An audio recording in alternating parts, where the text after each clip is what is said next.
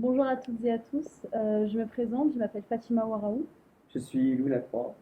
Nous sommes tous deux étudiants à l'Institut Mines Télécom Business School sur le campus d'Evry-Courcouronnes. Évry-Courcouronnes, une ville dynamique dirigée par Stéphane Baudet ici présent. Stéphane Baudet, merci d'avoir accepté de répondre à nos questions et je vous laisse vous présenter. Bonjour, Stéphane Baudet, maire d'Evry-Courcouronnes, conseiller régional et président de l'association des maires d'Île-de-France. Monsieur Baudet, vous êtes un élu local de Courcouronnes, en l'occurrence depuis 2001. Qu'est-ce que cela vous a apporté en matière de compétences, par exemple? Alors, en matière de compétences, je veux dire, c'est toujours aborder le mandat municipal avec beaucoup d'humilité. Il y a entre 100 et 150 métiers différents qui s'exercent dans une commune. Et donc, le jour où vous faites élire maire, en principe, vous en connaissez un. Je ne sais pas, vous êtes serrurier, vous êtes plombier, enfin, que sais-je encore. Moi, j'étais journaliste. Je connaissais quelque chose en communication, par exemple, mais sur tous les autres métiers, je n'y connaissais rien du tout. En fait, ça m'a apporté évidemment un horizon extrêmement large de métiers, puisque le principe même de l'élu, même s'il ne connaît pas les métiers au départ, c'est de donner un cap à sa collectivité et c'est d'être entouré d'administratifs, de fonctionnaires autour de lui qui sont plus compétents que lui sur tous ces métiers-là. Donc chaque jour, à chaque réunion qui passe depuis 20 ans, je m'enrichis, j'apprends des choses sur tout un tas de sujets. Les conditions de construction d'une salle comme celle-ci, le prix des chaises, la question du chauffage, la sécurité, la construction des routes, les inondations la semaine dernière, la construction d'un gymnase, l'accompagnement social, enfin j'en passe des milliards, mais c'est des centaines de métiers. Moi, je vais vous poser la question d'actualité. Comment la Covid-19 a-t-elle impacté votre fonction de maire sur ces derniers mois? Violemment, forcément. D'abord parce que je rappelle que le confinement a eu lieu 48 heures après notre réélection aux élections municipales, avec une équipe d'ailleurs qui était profondément renouvelée et à qui on a quasiment interdit d'aller sur le terrain.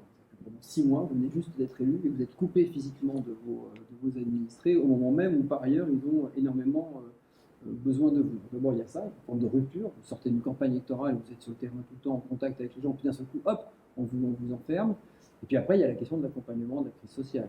Le premier confinement d'ailleurs, avec la fermeture des écoles, donc il a fallu compenser avec tous nos services, la question par exemple de dotation informatique pour les familles qui n'en avaient pas, pour les aider à poursuivre leurs études à domicile, essayer de lutter contre le décrochage scolaire, la question de la fourniture des masques.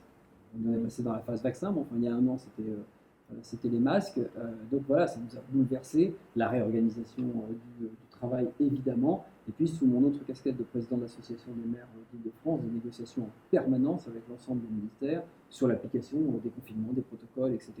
Par exemple, c'est nous, à l'association des maires d'Île-de-France, qui avons obtenu au bout d'une dizaine de jours la réouverture des marchés forains, parce que dans nos quartiers, notamment dans nos quartiers populaires, les marchés forains étaient essentiels pour l'alimentation, la vie du quartier. Donc, vous voyez, encore une fois, c'est comme la question de tout à l'heure sur les métiers, sur un tas de champs tout à fait différents, du sanitaire au social à l'accompagnement, on a essayé d'agir. Donc ça a profondément muté notre quotidien, puisque plutôt que de faire des réunions pour gérer les dossiers d'investissement, etc., on s'est retrouvé arc-bouté sur une problématique majeure. Très bien. On qualifie souvent Évry-Courcouronnes de ville en pleine expansion, de ville à gros potentiel. D'après vous, où réside justement la force d'Évry-Courcouronnes? Ces forces sont multiples, mais là où c'est incroyable, c'est que vous êtes ici, l'endroit même où on parle, c'était des champs il y a 50 ans. Évry-Courcouronnes, c'était des champs. Voilà, c'est ce qu'on appelle une ex-ville nouvelle, fait partie des villes nouvelles voulues par le général de Gaulle et le préfet de Louvrier, donc elle a poussé en effet de façon exponentielle très très vite. Elle n'est pas encore tout à fait une vraie ville, comme pourraient l'être les autres grandes villes-préfectures qui ont 1000, 2000, 3000 ans, voilà, 50 ans, mais en même temps, et c'est une richesse incroyable, vous en êtes d'ailleurs un peu vous-même des exemples, elle a ce que l'on appelle des aménités urbaines, tout ce qui fait ville, elle les a toutes pour une ville de 70 000 habitants. Et la particularité, c'est que même pour une ville de 70 000 habitants, elle est sans doute l'une, sinon la ville la plus équipée de France. Pour une ville très récente, c'est assez étonnant.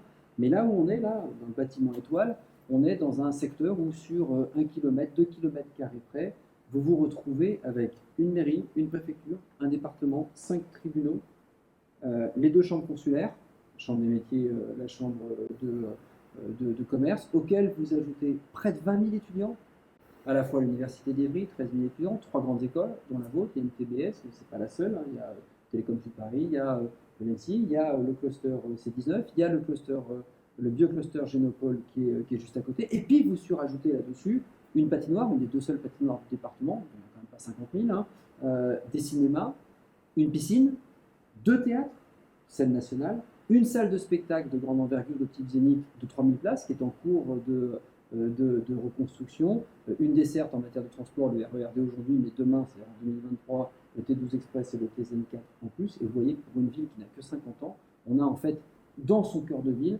un véritable trésor de potentiel. Le problème, c'est évidemment l'époque de construction de cette ville, qui fait que comme elle est en tridimension, c'est-à-dire en système de dalles, celui qui n'est pas né ici, juste il se perd, il ne comprend rien. Et donc comme on n'est pas la ville que des habitants de la ville, mais de toute l'Essonne, puisqu'on est une ville-préfecture, on a des tas de gens qui viennent se perdre dans Évry chaque jour, dans une ville qui n'est pas encore lisible. Donc nous, notre challenge, c'est de transformer ce qui a été une ville nouvelle en une vraie ville, la rendre lisible aux Évry-Courcouronais, mais aussi aux Essonniens. C'était un peu long, désolé, mais ça veut dire que des atouts, on en a. Hein, voyez. Mais du coup, vous avez entamé la réponse à la prochaine question. Désolé. Aucun problème. Quelles entreprises sont implantées dans la ville d'Évry-Courcouronnes et plus largement, du coup, dans la communauté Énormément. La question est intéressante. J'évoquais tout à l'heure, on a 70 000 habitants. On a à peu près 35 000 apprenants sur cette ville. 35 000 apprenants. De la maternelle à Bac+8, auquel on peut ajouter la faculté des métiers, qui est à quelques dizaines de mètres d'ici. On a une autre particularité, c'est que très souvent on dit que les villes nouvelles, c'est un échec redoutable, il ne fallait pas les faire, c'est une connerie. Voilà, très bien. Ok, sauf qu'Évry-Courcouronnes, c'est 70 000 habitants, 40 000 emplois. On est une des rares villes de France où on a ici 1,3 emplois pour un actif. C'est donc un succès de ce point de vue-là considérable. Il y a un échec sous ce succès, c'est que ce ne sont pas forcément nos habitants à nous qui travaillent dans les entreprises qui sont sur le secteur, nos habitants à nous ont plutôt travaillé ailleurs, c'est plutôt des habitants d'ailleurs qui viennent travailler ici. Mais si on aligne les sièges sociaux, on a le siège social en grande partie encore du groupe Accor, hein, ex-groupe, le groupe Novotel, Sofitel, etc. Ce qui est considérable. On a le siège social de Courtepaille, on a le siège social de Safran, hein, on a le siège social d'Ariane Espace, on a des entreprises, en plus des fleurons de l'industrie française. On a eu ici le berceau de Carrefour, qui est en partie, même s'il reste 2000 salariés ici, partie à Massy depuis. Donc on a de très très grandes enseignes. On a, vous connaissez ça, vous accrochez vos serviettes dans la plupart de vos salles de bain dessus, le siège d'Akova Zander, qui est à Évry-Courcouronnes également. Donc on a beaucoup de grands noms ou de l'industrie. On a 300 salariés du groupe Intermarché qui viennent se réinstaller en centre-ville, ce qui est une démonstration d'ailleurs de notre attractivité. Ça fait petit à petit, on voit l'effet de l'arrivée du tramway notamment. On a des entreprises qui reviennent maintenant en ville et en centre-ville. Donc oui, l'impact emploi est très important ici. Je vais vous poser une question qui nous concerne un peu plus en tant qu'étudiant. Quelles sont les ambitions de la ville pour travailler sur son image, sur son attractivité étudiante et même sur la qualité de vie pour les jeunes qui y habitent ou qui y étudient?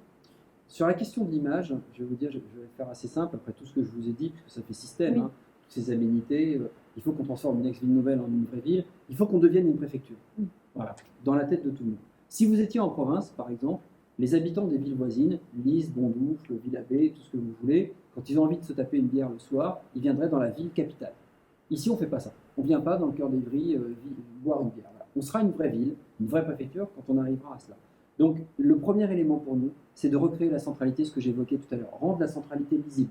La rendre lisible, c'est retourner la médiathèque sur une vraie place de centre-ville où on a des bars, où la vie étudiante peut s'animer, ou peut-être que la médiathèque d'ailleurs peut se cumuler avec quelque chose de bibliothèque universitaire dans une ville-préfecture et dans le centre-ville, ça peut évidemment redonner de la vie. C'est continuer à développer, comme on le fait depuis une vingtaine d'années maintenant, du logement étudiant qui soit de qualité. Vous avez vu qu'on en ouvre, hein, on a quelque chose comme 110 chambres du facteur Cheval qui va ouvrir plutôt de bonne qualité dans quelques mois, avec d'ailleurs un accueil un peu spécifique pour les populations qui sont du secteur. On a une grande université qui accueille beaucoup de jeunes du secteur, mais on a aussi des étudiants qui viennent de toute la France et on a aussi des étudiants étrangers qui nécessitent un autre accompagnement. Donc ça fait partie des axes évidemment sur lesquels on travaille. Mais de manière plus générale, sur la question d'attractivité, je crois qu'il faut qu'une ville comme la nôtre, qu'on pourrait appeler, je disais aménité urbaine tout à l'heure, appelons cela une ville complète.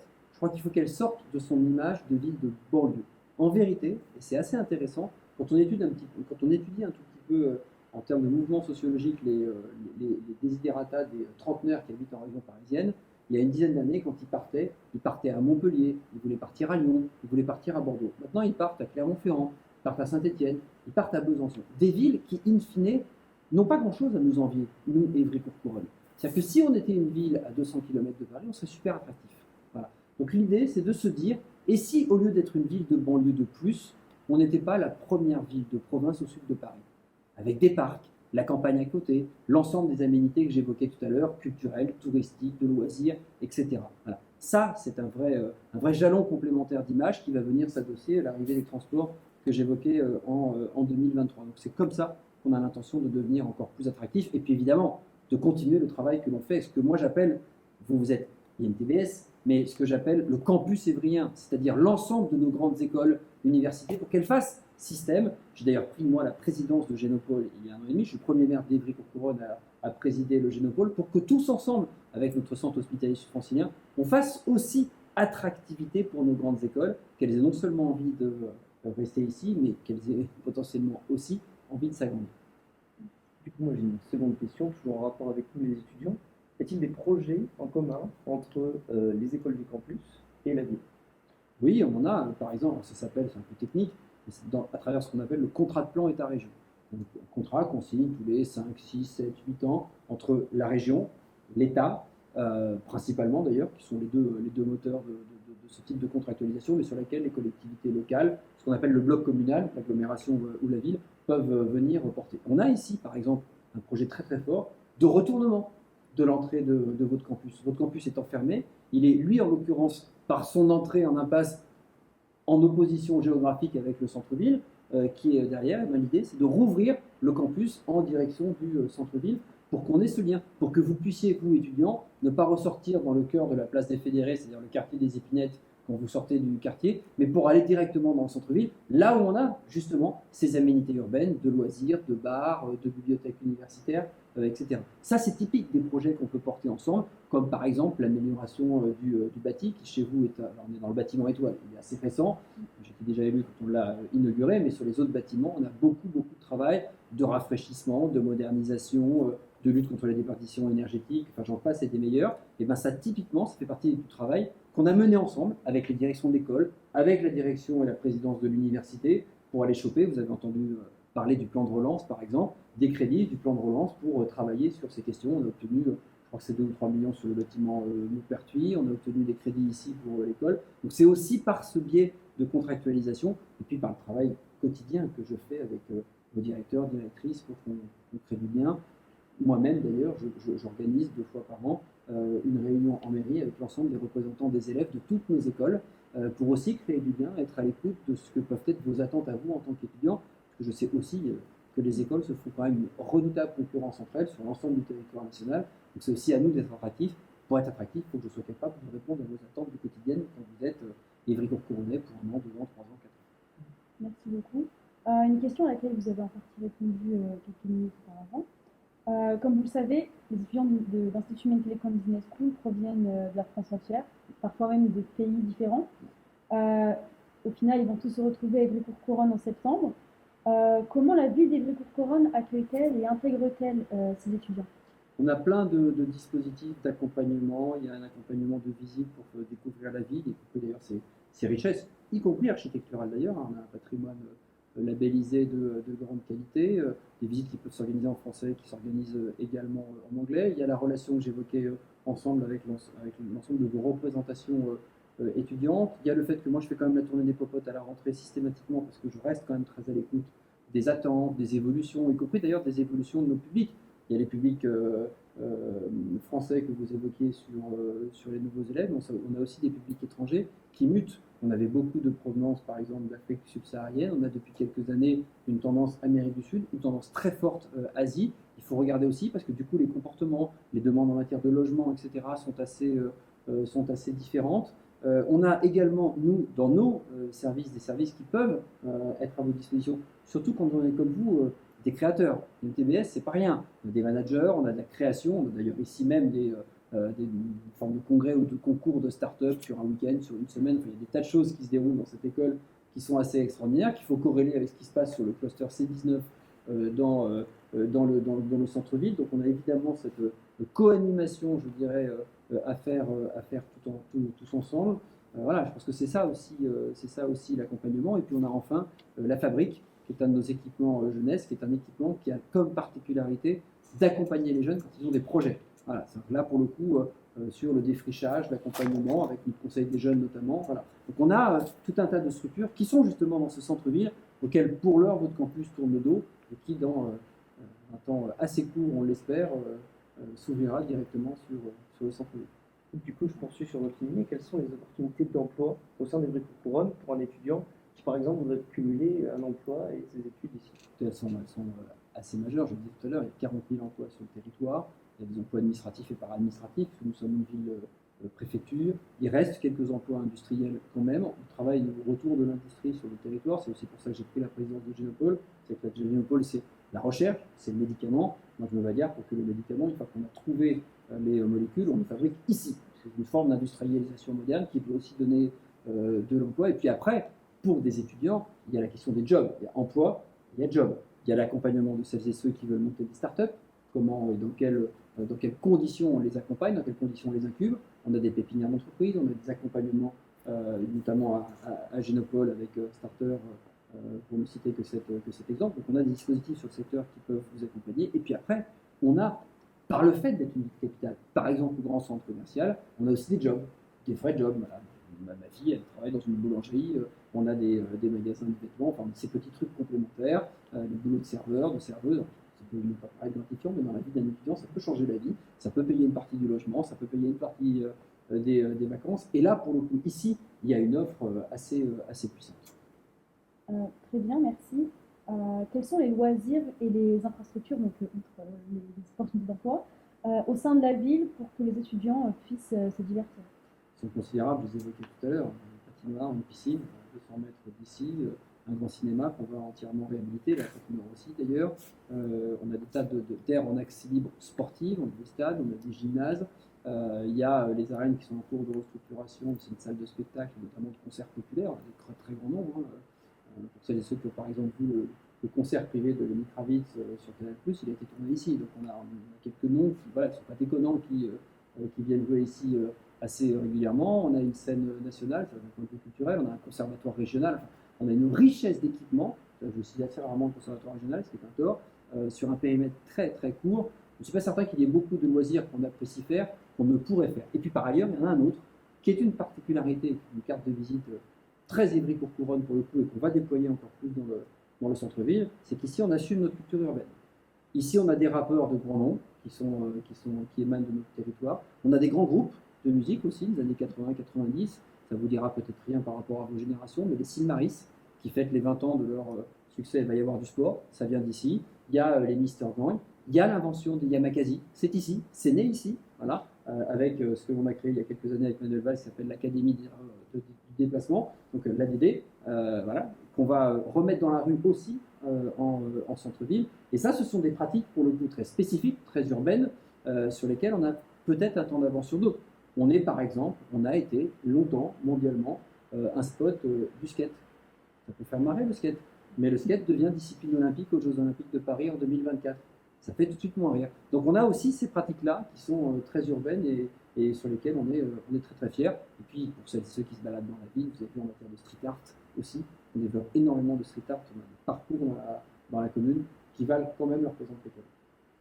Merci, monsieur le maire. Merci à vous d'être venu répondre à nos questions. Avec grand plaisir. Peut-être avez-vous un mot à dire à nos candidats et à nos futurs étudiants?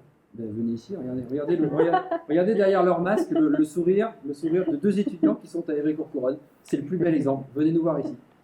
Merci beaucoup. Merci à vous. Merci à vous de nous avoir écoutés. Et on vous souhaite une très bonne soirée. Merci.